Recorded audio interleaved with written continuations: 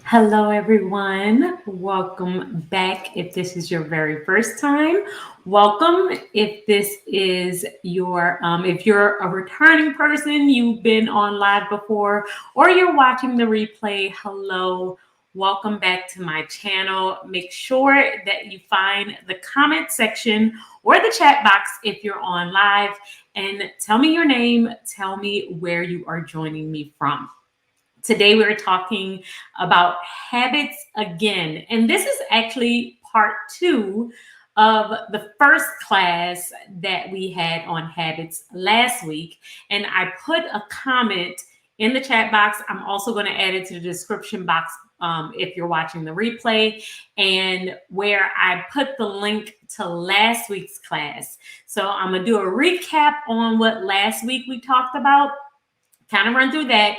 And then today I'm going to give you 5 more tips on how to make your habits stick. So welcome back. If this is your very first time and this is your first time joining me, hi, I'm Elena. I'm the owner of The Organized Money. I am a planning expert. I help people organize their life, their money, and their work all on paper. I love to talk about paper planning. So over here, we talk a lot about paper planning through the eyes of time management, productivity, a little bit of mental health, like how it can help you, budgeting, habits, routines. We kind of talk about it all. So I am so happy that you're joining me today. Like I said, today we're talking about how to make your habits stick, and I'm going to give you 5 additional tips. But remember, this is part 2 of last week's class. So last week's class was called 7 Habits That You Need to Start Now.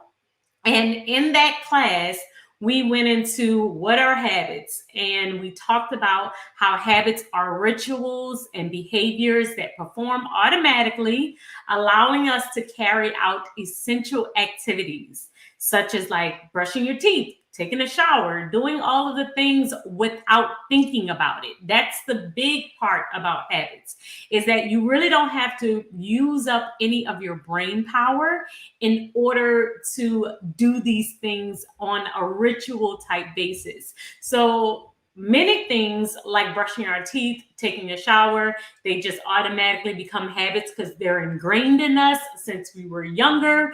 But new habits are harder to form. So that's what we're talking about today, is how do we get those new habits to stick?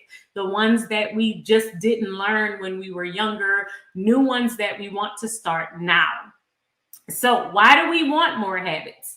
Like I said, you want those unconscious things to automatically happen because we don't want these things to have to take up our brain power. We don't want to have to use our thoughts and our mind to try and figure out what we need to do on a daily basis. The goal is to have these things automatically happen so that you can save your brain power for more complex problems or big projects that you may want to work on, or work things that you're really trying to develop.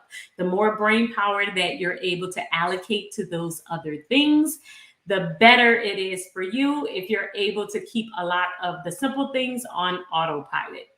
So that's why we're talking about this today. But as we know, good habits are really hard to form. And that's what we talked about last week, is how those good habits are hard to form. And last week we broke down 2 really big reasons why good habits are hard to form. The very first reason is we don't understand how habits are structured. And that's why we usually have a hard time forming them or creating them. And we really dived into how habits are structured last week. So like I said, after this class, if you didn't catch the last one, you definitely want to catch the last one, because that's the very first part of figuring this all out, is learning how habits are structured so that you can set yours up correctly. But the second reason that we don't really understand how to form habits is because we do too much too soon, and we usually will set ourselves up for failure. So that's what we're going to talk about today, the too much too soon concept, and 5 ways to make sure that you're not setting yourself up for failure. All right. So really quick, let me give you a recap on what we talked about last week, but I highly recommend that you go back and watch that video if you did not catch last week's class. But the 3 components of structure of habits, the reason why we can't usually develop them and stick to them is because they don't really follow the structure that we need to have them actually stick, for us to actually stick to them. So the very first thing is you have to have a cue or a trigger, right? This is the part of the habit loop that triggers the habit, that will tell you to actually do the habit. And so you have to have a cue.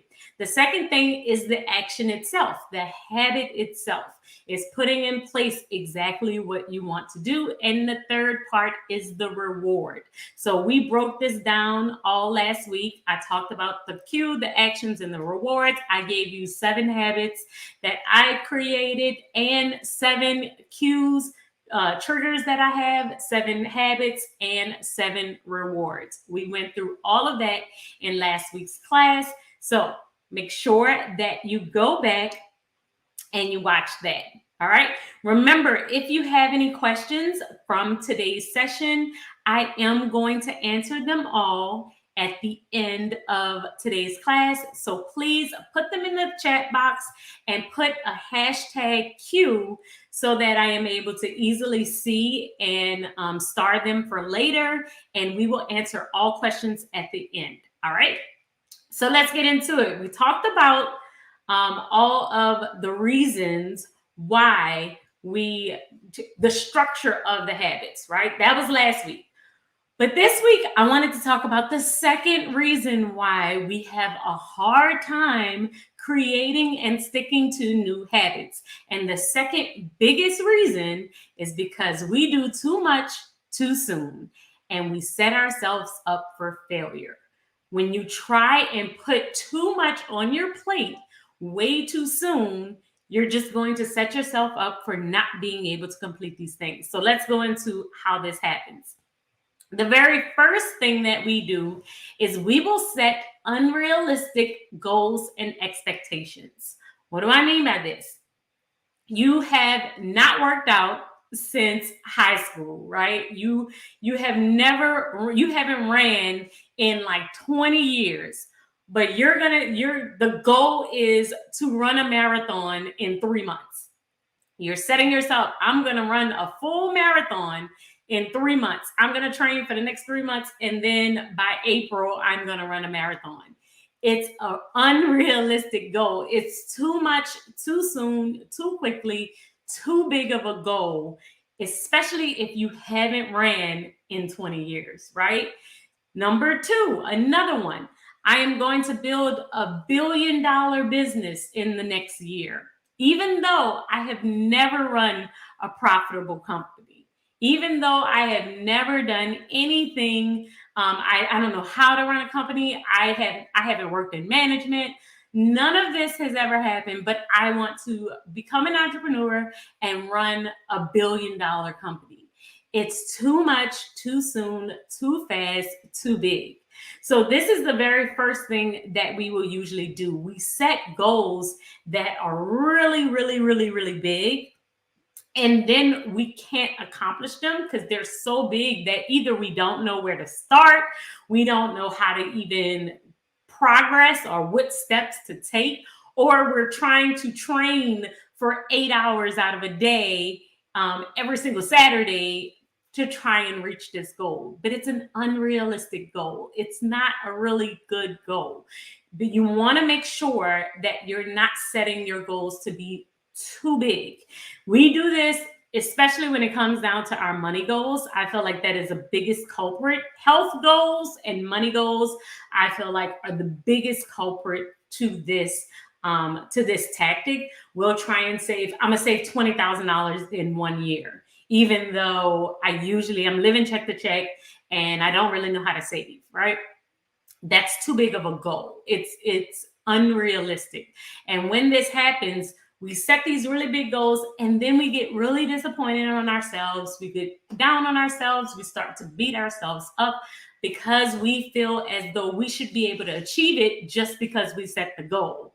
But if you set the goal, that doesn't mean that you automatically should be able to achieve it. You have to make sure that you're setting realistic goals, small goals that you can actually go after. So this is the very first reason that most of us will fail at our goals, because we are setting unrealistic goals, unrealistic expectations, or setting time limits even that we just can't adhere to. You might be able to do it for a week or so, but you're not going to be able to go running for the next, for 3 hours every single day after you get off from work. It's not a realistic goal, especially if you have kids and other people that you may have to take care of. It's not a realistic goal. So what do you need to do? You need to make your habit so small that you cannot fail. You want to make it super small so that you can't fail. So the opposite of making these super big goals is to make it a small goal. I do this with my reading. I do this with working out. I try and do this all the time. When I started with my morning routine, and I talked about all the different things that was in my morning routine. I did a video on my morning routine. A lot of people say, how do you have time to do all of those things? You're reading in the morning, you're working in your planner, you're working out. How are you able to do all of these things? It's because I wasn't spending a lot of time on any one of these things. And that is the top thing that I can say that helps you to actually stick to it, is when you don't make it too big. I don't read for an hour as soon as I sit down in the morning. I might be reading for 10 minutes. Maybe I'm looking at my planner for 5 minutes. Even though it's in the routine, it does not mean that it has to take you an hour long. My entire morning routine can take me about an hour. Now, 2 hours if you include the stuff that I do with the kids, because I'm getting my kids ready. Yes, I have to, because when I mentioned my morning routine the last time, someone was like, how are you able to get the kids ready? Like, no, that doesn't include the kids. From 6 a.m. to about 7 o'clock, I am getting the kids ready, making them breakfast, getting them out the door. So that's a total hour that's like dedicated to them and their morning routine and making sure that they're together.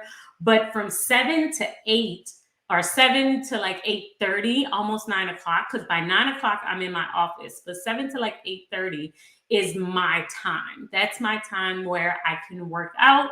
That's the time where I'll do some reading. That's the time where I will look at my planner and get some other things done. But literally I'm doing like 7 or 8 things within this time frame.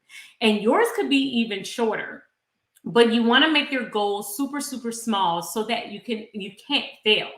Instead of trying to read a book, you want to read a page every single day, right? Instead of trying to work out for 45 minutes, work out for 10 minutes. Do a 15-minute YouTube video every single day.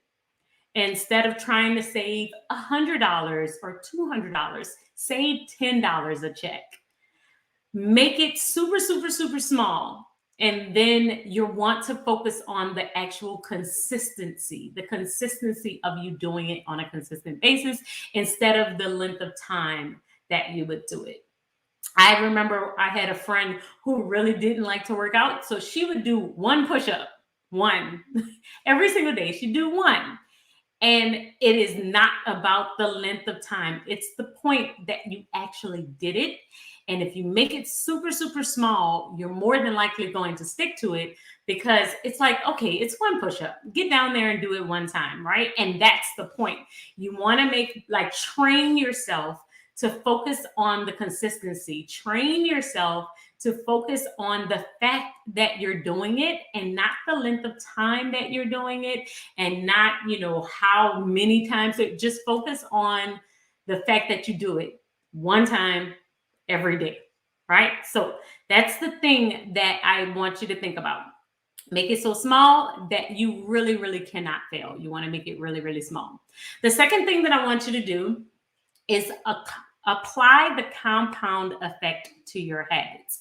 So, if you've never heard of compound, it's like compound interest is usually the term that most people use. And it is how one thing kind of builds on another, which builds on another, which builds on another. So once you're able to lock in that consistency, and that consistency becomes a thing to where one push-up is not anything. It's like, oh yeah, I do that every single day. I've been doing that every single day for a month. I do my one push-up. Or I've been saving $10 every single time I get paid for about 3 months. I've been reading one page every day for 2 months. After that consistency starts to kick in, the next thing that you want to do is start to compound on that thing. And the compounding is adding a little bit of time, or adding a little bit more money, or adding a little bit of extra, pages if you're reading every single time that you do it after an amount of time. I like to do at least like 2 months, a month to 2 months of one particular thing. And then I try and add on a little bit more. So if you are currently working out for 10 minutes every single day, and you got it down pat, every single day you have been working out, you do not miss it. Now, if you're missing it and you're skipping and you're still not sticking to it, then stick to your 10 minutes. But once you get to the point where every day you're working out for 10 minutes and it's nothing to you, every day you're reading for 10 minutes or you're reading 10 pages and it's nothing to you, every time you get paid, you save $10 and it's nothing to you, then I want you to compound on it. Increase it a little bit. Don't increase it a lot. You want to increase it a little bit. That's what compound interest is. So you're compounding your habits. So you're increasing your workout from 10 minutes to 20 minutes. You're reading 20 pages instead of 10 pages. You're saving $50 instead of $10. So once you get the consistency down, meaning you are doing this thing for 2 months straight, you're not breaking it, you have stuck to your guns, the next thing that you want to do is compound on that habit, meaning that you're going to add a little bit of extra time. I love to look at these and I will evaluate my habits at the end of every single quarter. So if at the end of every single quarter, I'm looking at all of my habits, I'm looking at my habit tracker, I'm seeing if I'm being consistent and checking it off every single week, looking at the weeks, okay, I'm doing really well. If I have been reading every single day and I've been reading for a total of 10 minutes every single day, I'm going to add on another 10 minutes for the next quarter. Let's see how I do with that. Right? So that's what I want you to do. I want you to start to kind of compound on that particular habit. So then that way you're adding a little bit of time, but you're not doing a drastic change. The third thing that I want you to do is to break your habits down. Break them down. Keep your habits really easy and make them super reasonable. So like I said, we were talking about like the compound effect where you can add on and add on and add on time, right? But maybe your goal is to read for an hour a day, like you want to read for an entire hour. Well, reading for an entire hour or finding an entire hour in your day where you can just stop and read may not be possible, depending on what you have going on. If you have kids, you have work, you have to make dinner, you have to clean, you have so much to do. You have to find a way to break it down and make it really easy for yourself. So what I like to do is if you want to read for 60 minutes, for instance, you want to break that down into 4. Your goal is to read for an hour a day, but you can't read all 1 hour at one time. But you might be able to find 15-minute breaks, 4 15-minute breaks throughout your day. And that means you still have read for 60 minutes. You still have done the goal of what you're trying to do. And let me say this, I have realized that a lot of times when I'm talking about my habits and I'm talking about how easy I make it for myself, sometimes I feel like, I'll get the comment of, well, I don't feel like I'm really reading if I'm listening to a book.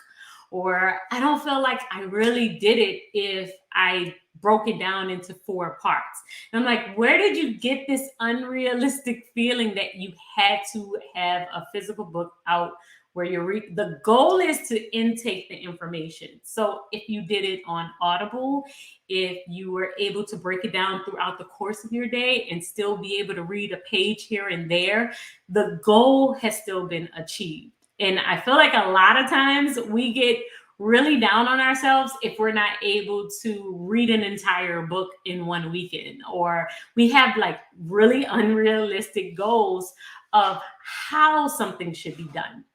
So if you're not reading a physical book, then audiobooks don't count. Like, I'm like, no, it still counts. It still counts. Because the goal is that you're able to intake the information. The goal is that you'll be able to hear this information and learn from it.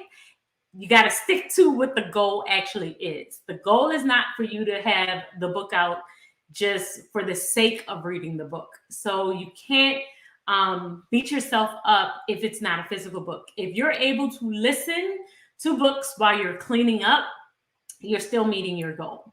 And a lot of times, that's how I get through books. 92% of the time, I might read maybe about, I would say about 6 or 7 physical books throughout the year. I might read about 6 or 7 physical books. I love to read physical books. I just can't really read physical books because I don't really usually have the time. So what I will do instead is listen to audiobooks. And 95% of the time I'm listening to an audiobook, I will get through like about at least 24 books throughout the year. But if I get through 24 of them, 6 of them might have been a physical one. All of the others have been audiobooks. And I only read the physical ones at night when I'm winding down at the end of my day. But like I said, it's not often. It's not often. So make sure that you're not too hard on yourself on how you complete the goal. If you're able to break it down, if you're able to do little, read in line at the bank, or wherever, or while you're waiting for your kids to get out of school, you're sitting in the parking lot, you're reading a page there. I have done all of these things and it still counts. I'm still getting my reading in, and you still are intaking the information from the book, which is the biggest point. So try and break it down. Even if you can't do all of the entire thing that you want to do. You want it to work out for an hour. You can't work out for an hour. Break it down into 15-minute increments and work out, in the morning, in the afternoon, lunchtime, in the evening. Break it down to where you're still able to get the same habit in. All right. Fourth thing, after you have broken it down, you want to never miss twice. And I know you've probably heard this one, but when I tell you consistency is more important than the length of time that you do it. It's all about consistency. So we don't want to miss, because missing is what causes us to not stick to the habit, not the habit itself, not the length of time that we do the habit. It is the lack of the consistency that really hurts us whenever we don't actually stick to it. So never miss twice. Allow yourself to have one day off. You can have one day off. Now, if you get like sick, if you get the flu, all right, you might need a week. Get that. That doesn't count here. But if you just decide not to do it, you don't feel like it, that's okay as well. You just never want to do that twice. You don't want to do that twice, right? So make sure that you actually stick to the habit. And the fifth habit, or the fifth way to actually stick to this, is to be patient and find sustainable pace. Give yourself some grace. Many times we give up on habits way before we are, able to actually be consistent with them and stick to them, because we're really, really hard on ourselves and really, really hard on the fact that we're not sticking to the habit. So I really want you to think that if you don't succeed the very first time that you try and do it, then automatically you just need to give it up, let it go. It's not going to work. Just forget it, right? But you have to be patient with yourself. You have to give yourself some grace. You have to pace yourself. Anytime I have talked about planning, before I started to teach planning on a consistent basis, before I started doing what I do with the organized money, I was asked all the time, how long did it take me to actually be consistent with my planner, where I used it every single day religiously? It took me 3 years. 3 years, which to me is a really long time. And I could have been saying, man, I'm not a good planner. I never use it. Oh my goodness. But I just kept trying. I would fall off. I might have stopped planning for a week or, a month or two. And then I would stop planning for a week or two. And then I would miss a couple of days. Then all of a sudden, I never missed a day because I was so attached to my planner. It became such a habit that now I have to have it next to me. I need my planner at all times. But it took me 3 years to get to that point. It took me a nice little length of time to get to that point. So you have to be patient. You have to give yourself a sustainable pace. You have to work on that consistency, but give yourself some time to really get to that consistency. All right. Now, if you want to go further into this topic, of course, I have talked about James Clear, Atomic Habits, probably to death, because I absolutely love that book. But another book that I think that you should definitely try out is The Power of Habit. The Power of Habit by Charles Duhigg. The Power of Habit by Charles Duhigg. Now, this book really goes into the science of habit, how we were talking about in the last class, the cues, the triggers, the reward, all of that is from this book. It's from his book. Now, James Clear is the one that talks about never missing twice and keeping it super, super small. He talks heavily about that in Atomic Habits, but The Power of Habit really goes into the science of it all, like the science behind how our brain works and how we can really get these habits to actually stick. So I highly recommend that you try and read. Both of those books are really, really amazing. Atomic Habits by James Clear and The Power of Habit by Charles Duhigg. Now, this is if you want to go deeper into this topic and you really want to try and you're trying to really grasp habits. I highly recommend that you read both of these books. All right. Now, I'm going to take some questions. But just to kind of go back and just for our quick review, last week, we talked about the scientific side of it. We talked about cues, we talked about action, rewards, and how to set up your habits. So how to pick them, how to set them up so that you'll actually prepare them the right way. We're looking at the system of them. And then today we have talked about how to actually make sure we're selecting habits that aren't too big or out of our league or unrealistic, that we're actually going to be able to do them. And once again, we're focused on keeping them small. We're focused on the consistency of it. Now, we're not going to miss twice. We're really paying attention to how we are setting these up and not the length of time that we're doing them or, how big they are. Usually when we want to have real change, it's in little increments. It's not in big deals. It's in little increments. So you want to really focus on the little things that you do on a consistent basis and not the big things. Small things every single day, they start to add up. All right. So if you are a part of, if you are a part of the Organized You, these slides will be on the membership site by tomorrow. So if you're a part of Organized You, I will upload them on tomorrow. This Wednesday, just to kind of go over all of the classes and things that's coming up this week, this Wednesday, we're going to be talking about how to track your expenses in your budget planner. So that's going to be my video for this Wednesday. This Thursday, if you're a member of Organize You, we're doing a member budget audit with Macy. She's going to be talking about her real numbers, and we're going to be helping her get her budget together. And then on Friday, I got this request for someone. I did like a day in my life last week, but someone asked me specifically for a day in the life of my actual planner, showing you how I use it throughout the course of the day. So instead of it focusing on me, I'm really going to be focusing on how my planner goes through the day, like where I move to, what I'm using throughout my day, what page I'm in, what section am I in throughout the course of the day. So that's what's going to happen for the rest of this week. Let's get into your questions. I'm going to try. Remember, if you want to put a question, make sure that you do #Q so that I am able to see. Your questions.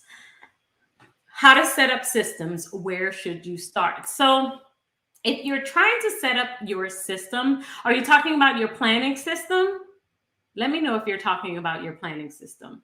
I'm going to believe that you're talking about your planning system. I did an entire series on how to start organizing your life, where I talked about picking your life categories, which will help you select the right planner that will work for you. And I kind of went from there, and we did 25 videos in the month of December on setting up your organized system or start planning for your life. And so if you wanted to catch those videos, then that should help you with your overall system of how to start using your planner on a consistent basis. But the very first thing that I would suggest is that you figure out what you need to plan. What are your life categories? What system do you need to set up? When I did mine, I came up with 12 categories, 12 life categories that I absolutely needed to plan. I put them all within my planner. So I have a section that is for my home and for my family and for my schedule. And I have a section for my business, and I have a section for my budget. And then once I divided up all of my sections, then I said, okay, what is the most important thing to me within this category of my life? So if I'm looking at my personal development, the most important thing to me under my personal development is that I am reading and that I am learning on a consistent basis. I want to read and learn something every single day. Does not matter the length of time. It could be 10 minutes. It could be 5 minutes. As long as I am intaking something, it could be something that I read on Instagram. It could be a blog post. It could be a YouTube video. Does not matter. As long as I am learning something every day, I have achieved my goal. So then I say, okay, that's the goal. How do I make it some type of habit? And that's when I will add it to my actual planner. When I add it to my planner, I will write down, what did you learn today? If the goal is for me to learn every single day, then the prompt is for me to write down in my planner what I learned for that day. And then that way, if I'm writing something every single day, then I have achieved my goal. So I'm hoping that helps you, but definitely should watch that video or those videos, because there's an entire playlist that we did on how to organize your life. So definitely should watch that one. All right. Okay. Oh, so I get it. A habit is when you're reading or losing weight, but is it a personal goal as well? Yes. So a habit, it could be anything that you want to do on a consistent basis. For me, my reading is a goal. Like, it's a habit that I do every single day. Learning something is a habit that I do every day. Cleaning, I try and clean something in my house for at least 20 minutes. I do that every single day. But I have specific areas of my life, and then I will decide what's the thing that I want to do in that area. But You want to make sure your goals are something that you can actually control. For me, I never had a goal of reaching like 100,000 subscribers on YouTube. Like I get it that that may have been the ultimate goal, but that would never be the habit because I can't control that. I don't know how many subscribers I'm going to get. I don't know how many people are actually going to watch my videos. Like that is not something that's in my control. But I did have the habit of saying, okay, I'm going to post every, 3 times a week, Monday, Wednesday, and Friday for the next year. That is a goal because it was a habit that I could actually control. So you want to make sure that even if the goal is something that maybe you can't control, you want to put something in place where it's a habit that you can actually control. It's something that you can do on a consistent basis that will help you reach your goal. But you're not trying to put these things in place that you really don't have any control over. Like I really don't like to set goals that I can't. Like I can't even see how I'm actually going to achieve those because I feel like it makes it really, really difficult for you to actually stick to it. So definitely think that you should really think about the actual goal itself and thinking about how you're going to make sure that it's something that you could actually stick to. All right. How do I break the habit of laser focus for way too long? Example, deep cleaning my kitchen for 6 hours, no meals prepared, no break, is determined to finish. So, this actually, because I have also read the book Deep Work, and if you have read that book and that is your type of style, because I can flip flop between the two depending on the type of work it is. So for instance, with my planner, sometimes if I'm working on a work project, I will give myself a nice chunk of time to complete that work project. I might be working from 8 a.m. to 6 p.m. on a particular project because I'm super focused and I am in my period of what I call deep work. I do not like to break that focus because I am task oriented, meaning that I want to finish that task and I don't like to break it away and do something else instead. So, what I suggest for people who have this type of style, because remember, there are different styles. There are certain people who cannot focus for that length of time. They need to be able to switch things up so that they feel that they're not stuck doing one particular thing. But then there are people who love deep work. You love to focus on one thing for a long period of time.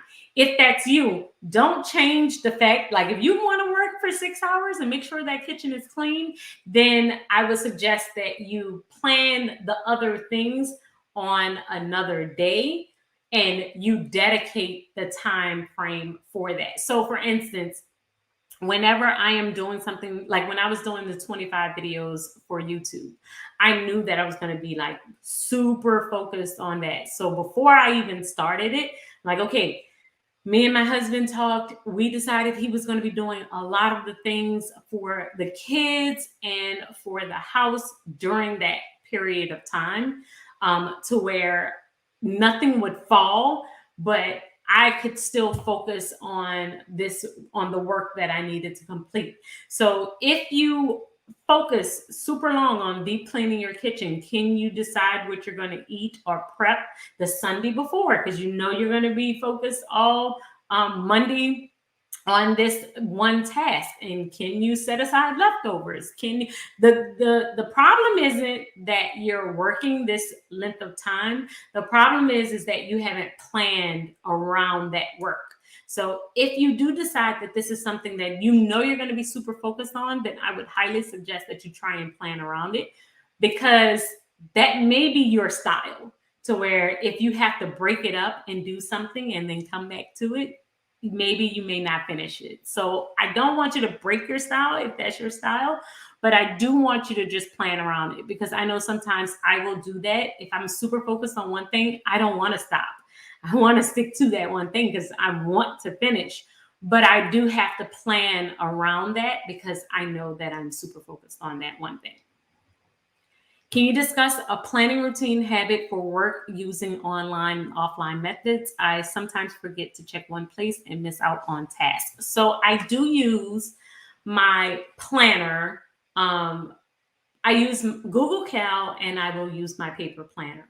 Most of the times when I am looking at one method, I will try and open the other method if it's possible. So when I am doing my morning routine and I'm setting up my planner for the rest of the day, I'm going to open up my planner and open up Google Cal on my computer so that I can look at both and compare both.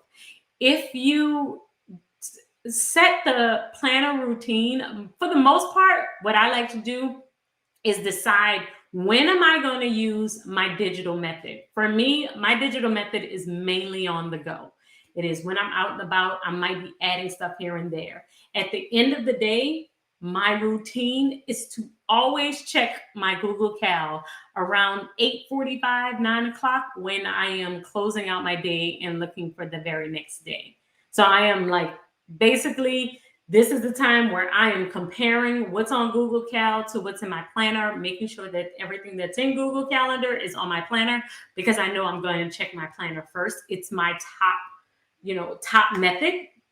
But it's not that you don't have to use both. Like, you can definitely use both. You just want to set a time frame where you're going to check both. For me, it's at night. It's always at night. Usually that's the time frame where I'm saying, okay, what did I add to Google Calendar? I'm looking at all of the things that I've added, and then I will add them to my planner. What did I add to my notes? I'm looking at all the things that I added to my notes, and then I'm adding them to my planner. The goal here, though, is to not have any more than 3 apps that you're using, especially if you're using paper as well, because you don't want to have too many places to check. If you have 5 different apps that you have to check on a daily basis and you forgot where you put what, it becomes super confusing. So the simpler, the better. For me, I use the notes on my calendar. Like, I have notes in my actual phone, in which I think I can show you guys, but I have the notes on my phone, and then I also have my Google Cal. So, let me see. I'm gonna hide this really quick. And hopefully you guys can see that. But as you can see, I have folders on my phone. And the folders on my phone just kind of help me see what categories I have. Like, I have a bunch of different categories on here. And then I'm able to just easily keep all of my notes within here. Like, I have a note on all of my links and all of my descriptions for YouTube. So if someone says, "Oh, what's the link to your membership site?" I'm easily able to come here, click on it, and then paste it into the comment section. And this is just much easier than having it in my planner, because I would have to type it all out. But I can just, easily click on this, copy it, and put it into YouTube. So I have different notes that I keep here, but this is the only area where I keep them. I keep them in the app of my phone, and then I check my calendar, and those are the only 2 places. So you don't want to have a bunch of different places. You want to have 2 spots, and then you want to have a set time frame where you're going to check them every single time. You're going to have a set time frame where you actually check them. All right, the membership plan. So it's $25 a month. Currently, it's really about to change. I did keep it to $25 just for a couple of more weeks, because I did have some people reach out to me. It was supposed to change to $30 at the beginning of the month. But I did have a couple people who reached out to ask me not to change it just yet, but it is about to change probably toward the end of the month. I'm going to change it to $30 a month. Or you can do the annual plan and you get access to all of the past classes. And I did announce to the people in the membership group on Thursday that I am going to start a private podcast for them as well. So there would be a private podcast. You get access to all of the planner downloads. You get access to all of my slides for all of the classes. And we also do an additional class on Thursdays. I also do giveaways, which we're currently going to be giving away a Happy Planner Classic. I think it's a health planner. And I'm going to be giving that away at the end of the month as well. But all of that is all on the site. It is linked. I want to say it's the very first comment, but if not, I will definitely add it to the description box if you are interested in finding out more about it. All right. Let's see. I've got a designated business planner. I need to set up process for planning in regard to that. What are your suggestions? So with your business planner, like I said, the very first thing I always try and figure out is what's my goal? What's the goal for this planner? What do you need it to accomplish? For my business planner, I use mine for two main goals. The very first one is to maintain and keep track and organize my social media. Social media is a huge part of my business. So I am really trying to keep track of what videos are going up on YouTube, what reels am I doing on Instagram, what posts are going to be posted where. And so that's the very first part. Then I am maintaining like my memberships, my emails. I have 5 categories, which are broken down into my business planner. And I am just kind of keeping track of each one of them. And then once I get in that 9 to 5 time frame where I am working, I will go to my business planner and I will track each one of these 5 areas and make sure that I have sent out the email that I am supposed to sending out, that I've done the orders that I needed to do, that I have reached out to the membership people and make sure that I've connected with them and sent and posted different things on the membership site, that I have posted on YouTube, that I've posted on Instagram. All of those things have happened on a consistent basis. But like I said, you need to decide what's the plan? Like what do I need this business planner to accomplish? Am I trying to work on projects? What are my main to-dos? Are there daily to-dos that I normally do on a consistent basis? Like things that I have to do every single day? Making sure that you kind of have an idea of what your goal is, and then it becomes much, much easier to set up and use the planner consistently. Let's see. Do you have any tips for helping children get organized? With my kids, the very first thing is you want to keep it as simple as possible. My children thrive highly on things if they know that they have a home. So for instance, when they used to come home from school, they used to instantly like kick off their shoes and leave them in the front room. It used to drive me nuts. I'm like, why do y'all do this, right? So they kick off their shoes, they leave them in the front room. They kick off their shoes, they leave them in the front room. And I used to like, pick up your shoes. But then I realized that there was no spot for them to put those shoes. So since there wasn't a place, there wasn't a home, the shoes just kind of went wherever they were because there was no location that they were supposed to go. Once you start to remind or set a place for those shoes, it becomes much, much easier to keep kids organized. So now we have a designated spot to where they can put their shoes. All of their drawers are labeled. Like I put a label right on the inside of the top part of the drawer. Like, so as soon as you open it, it's labeled. And so they know where their bottoms go and their underwear goes and their shirts go, because all of their drawers are labeled. They have toy bins. So it's like whenever we're cleaning up, the toys go in the toy bin. The clothes go in the hamper. They have their own hamper baskets. They have their own trash can. Because we've set homes, it makes it much, much easier. Now, of course, they're not perfect. It does take them, some time, but they learn so much faster once you decide the home for everything. It makes it so much easier to actually teach them how to do it.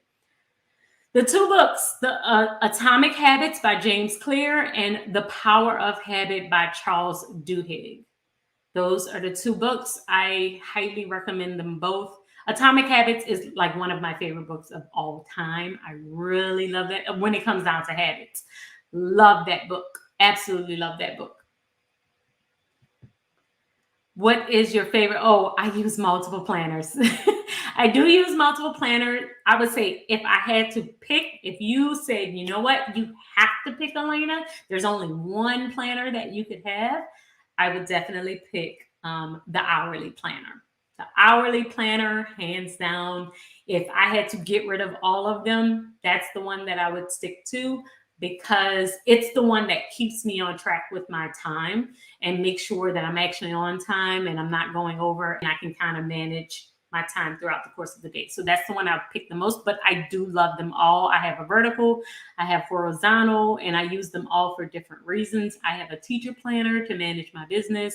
I have a bunch of different planners and I use every last one of them. I have a dashboard right now that manages my personal, and I love each one of them for the area that I have picked it for.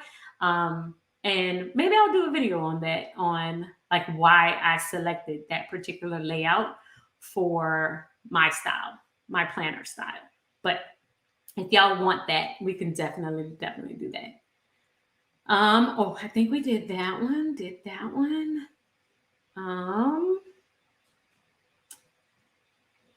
Have you ever missed a morning routine? And if so, how does it affect your rest of your day? I have missed my morning routine. I can say this.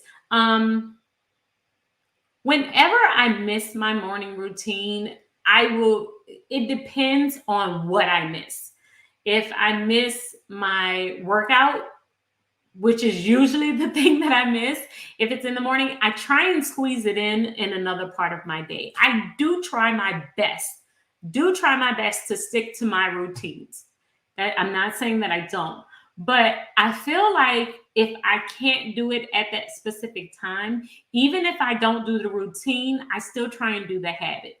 So remember the difference between habits and routines. Habits are the action themselves, right? They kind of live alone. So the habit is working out. The habit is reading. The habit, it is that one thing. The routine is the sequence that you do it in and doing it at the same time or in the same pattern, every single day. And a lot of times I will miss my routine. A lot of times I will miss my routine, but I won't miss the habit. So I may not be able to read at the time that I wanted to read in the morning because something else came up for work and I really needed to get to work sooner. So I had to start working at 8 o'clock instead of 9 o'clock. So on my lunch break, then I read for 10 minutes. And then in the evening time, I tried to work out for 10 minutes. And before I went to bed, I, would catch up my planner and write down all of the things that I did. So I will miss my morning, maybe not everything in my morning routine. I haven't done that in a while, but I will miss a lot of things within my morning routine. Like normally I'm going to look at my planner, but everything else is kind of up for grabs. Like I may not work out. I may not do any reading. Something might have came up and it might have thrown off my whole morning. And the morning routine itself may have not happened, but I still got all of the habits done, even though I didn't do the routine. Like even though it wasn't in the right sequence, I still got the habit done. And I may not have done it for the amount of time that I wanted to do it. Let's say I wanted to read for 20 minutes because that's my goal. Maybe I only got 5 minutes in. But like I said, it is about the consistency. So really want to focus in on those consistencies. And I know this probably goes against the grain because everybody is so, make sure you stick to your routine. Do your routine, your routine, your routine. It's the success of your day. I get it, but it's not really, I don't consider it the success. I consider like the act itself, like the fact that I do this habit at some point throughout my day and for some amount of time. It doesn't have to be an amount of time that I officially set, that I still feel like I've had a successful day. Like I still kind of like, oh, I didn't get to work out in the morning, but I still got a little workout in the afternoon. So I still had a good day. So that's my goal. That is my ultimate goal. All right. I have a business planner and a separate planner. I would love to get things down to one planner. Any tips? If you want it to be in one planner, I suggest that you try and either look at an hourly or you look at a vertical style planner. You could definitely section off your planner into 3 sections, especially if it's a vertical style. I have used one planner with both. I have done it with a vertical and an hourly. Whenever I am using one planner with my hourly, I just basically assign the task, no matter what it is, to the time that I am doing that particular task. So if it's home things that or my personal life that I am putting in, if I am cleaning up at 5 p.m., then I'm putting that at the time at 5 p.m. If I'm working on work things at 9 a.m., then during the time frame of 9 a.m. and 5 p.m., I'm just writing out all of my work items, and then I will switch over to my home or my personal stuff after the 5 p.m. slot. Then that way, everything kind of stays in one. You could do the exact same thing if it's a vertical planner. You can divide it up into 3 sections. You could have your home, you could have your business, you could have your family stuff that goes in the bottom section, but you can separate it out into all 3 sections. That way it can still stay within one planner. So there are definitely ways that you can do it. You can keep all of your business stuff or all of your work stuff on the sidebar, and then plan out your day as different things come up. But you can definitely break down. I have a video, I want to say, on breaking down your planner into different sections, especially when it's a vertical planner. Like I would use it for different time frames. I would use it for different subjects. So then that way I could make sure that I'm kind of sticking to using this one planner in a different way. The video is out there. If I find it, I will see if I can. I want to say it's how to use a vertical planner, how to time track, or how to keep your time in a vertical style planner. But even if you look on my channel for using one planner, I have a couple of videos. They're a couple years old. I want to say the last time I did it, it was about a year and a half ago. This is when I was really trying to figure out if I was a one planner girl or a multiple planner girl. So it's been about over a year since I said, no, I'm really a multiple planner girl. But I tried for a little while to see how I could make one planner work. So I definitely have some videos out there on that.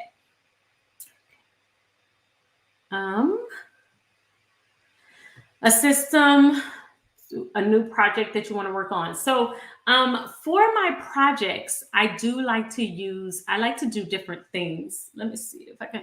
I would like to use a vertical planner for this style. And this isn't for a project, but I can still show you guys this. Let's see. So what I will do if I have, let me see if I can turn this down.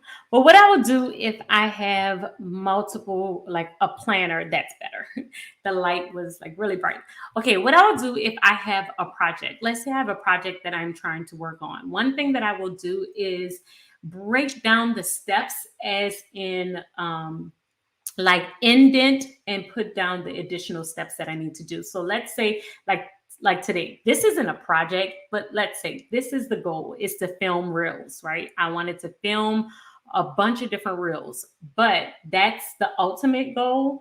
I have 4 small mini things that I wanted to achieve under this particular project, for instance. So if this was the project, then I would also write down all the additional steps and put a different type of tag next to it. So if I have this as my box, so my box is the highlight for me to actually film reels, but then I have this indented that I'm going to be filming my catch-all, my to-do, my personal, and my faith planner.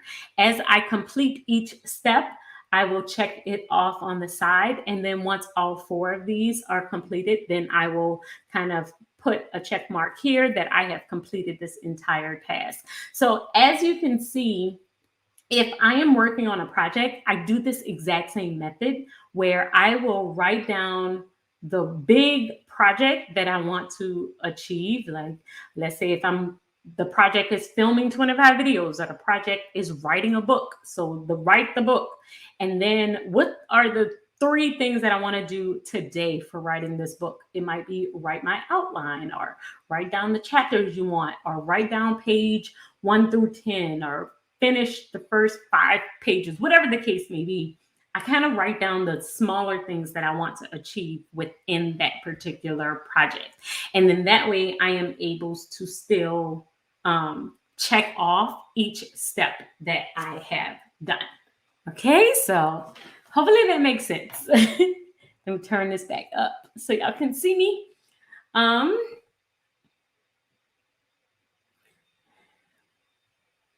If you miss out on reading or anything, you can do I do that all the time. I do it that's what I'm saying. I feel like a lot of times we feel as though if you don't do it one way, then you have to, like, you can't do it another way. But I have done that a bunch of different times. I will miss out on my reading. Let's say I'm supposed to be reading, I'm supposed to be doing 20 minutes. And then I'll say, okay, I missed that, but I will listen in my car while I'm on my errands that I need to run. And in that way, I'm still able to achieve that goal. Or I'm listening while I'm cleaning up, or once I get in for the rest of the day and I'm winding down at the end of the day, maybe I'll read in the bed before I go to sleep. And I'm going to read for 10 minutes instead of 20, or whatever the case may be.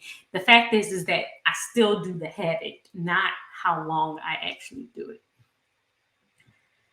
What do you do with your other planners from year to year other than a memory planner? Do you toss the previous? So I store my planners for 2 years. As you can see, I have done, now these are this year's planners, but further down on my bookshelf, I also have my planners from last year, and I keep them for 2 years. So I will keep them from 2 years, except for memory planners. Anything that is memory related, I will keep, forever. But other than that, I will keep them for 2 years. And then after the second year, I usually try and do some type of video, some type of flip through, just so I can have it as a memory, and then I will toss it. But I have a lot of videos on, like, my older planners that I love to I'll just go through the YouTube video and I'll be like, oh, I remember that spread, or I remember that planner. And then that way I still get the same feeling of being able to look back on it without having to keep it, without having it, in my house. I like to keep a big hourly planner that deals with everything from self-care appointments, things, and I have to do everything, but I keep my workouts in them. Yeah, and I do the exact same thing. I have an hourly planner for my schedule, and then I have a personal planner where I keep a lot of my health things, where I will keep a lot of, my overall health that I just want to keep track of. Motivation is a whole another topic. One of the things that I realized that whenever I was not motivated, I would check in with my health, both mental health and physical health. Physical health, are you sleeping? Are you eating well? A lot of that plays into my overall motivation. So if I feel like I'm just sluggish and lazy and I'm not feeling it and I'm just out of it, it could either be one or the other. Either my physical health is off. I am not. So for me, if I'm not getting enough sleep, none of it is going to happen. Nothing's going to happen. I'm not sleeping, or if I'm not eating right, if I'm not, like, balanced and I'm not getting in enough healthy stuff and I'm just eating a bunch of junk food, my productivity just plummets. It just goes, it's awful. The other side of that for me personally is spiritual and mental. So a lot of times if I feel like my mind is foggy, sometimes I just need a spiritual break. I need to get in my Bible. I need to read. I need to kind of get a refresh. I might need to pray. There's, like, for me personally, my faith plays a big part into that as well.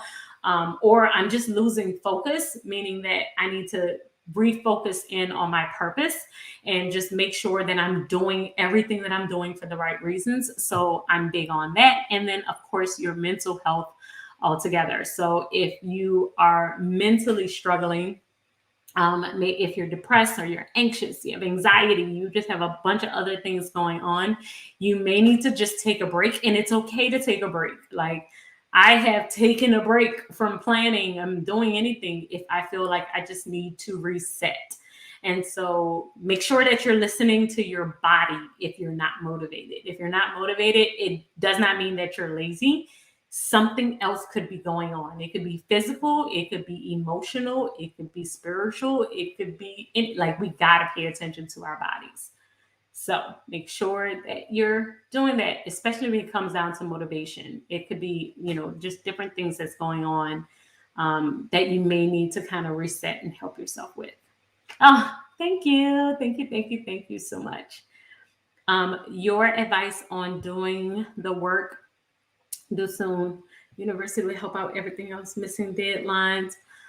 The work due soon. So if you have something that is due super, super soon, if you're missing deadlines, then I feel like you may need to figure out how you're breaking down the different things that you have.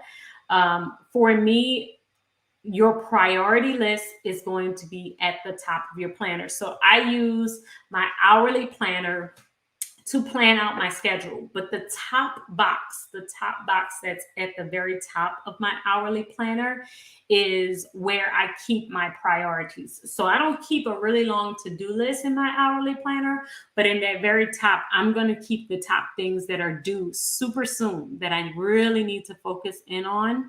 And so that is something that really can help you with making sure you're not missing deadlines and doing other things. All right. I will usually trash them. I don't shred them usually. I just can't. I don't think I could. I mean, I don't think I could. But I do usually just toss them.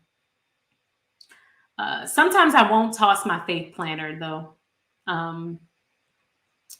Yes, I do habits for scripture for my faith planning. I do faith planning every single day, and I do make sure that I am reading scripture every single day. So I have a section in my planner that is dedicated to my faith, and that is where I will break down the scripture, break down the meaning, and all of that.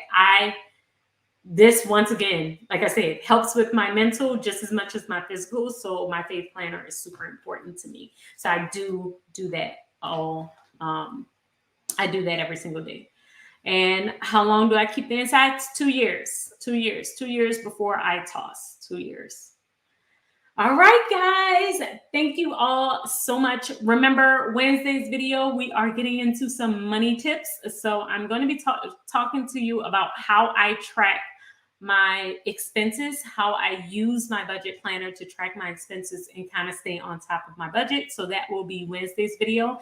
And then in Friday's video, I'm going to be walking you through the process of how my planner flows throughout my day. So not just showing you the setup part, but really, okay, when I wake up, this is the first thing that I do in my planner. And then I do this at this time. And then I do this at that time.